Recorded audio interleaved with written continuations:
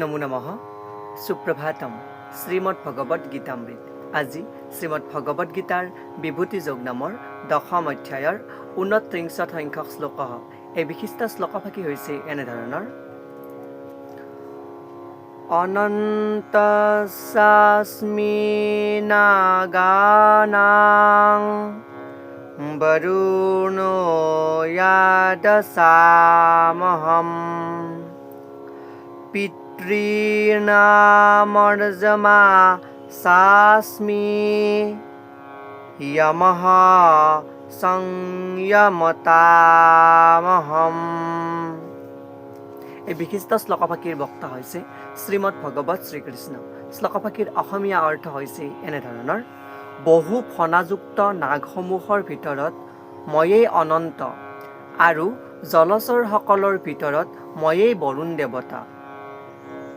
পিতৃ মৃতসকলৰ ভিতৰত ময়েই অৰ্যমা, আৰু আইন ৰক্ষা কৰাবিলাকৰ ভিতৰত ময়েই মৃত্যুৰ অধিপতি যম বুলি কোৱা প্ৰসংগত সখা অৰ্জুনৰ আগত এই বিশিষ্ট শ্লোকফাকিৰ অৱতাৰণা কৰিছে।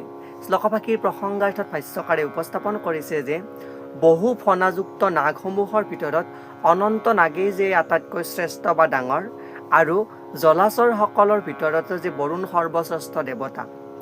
অনন্ত আৰু বৰুণ উভয়েই কৃষ্ণৰ প্ৰতিৰূপ।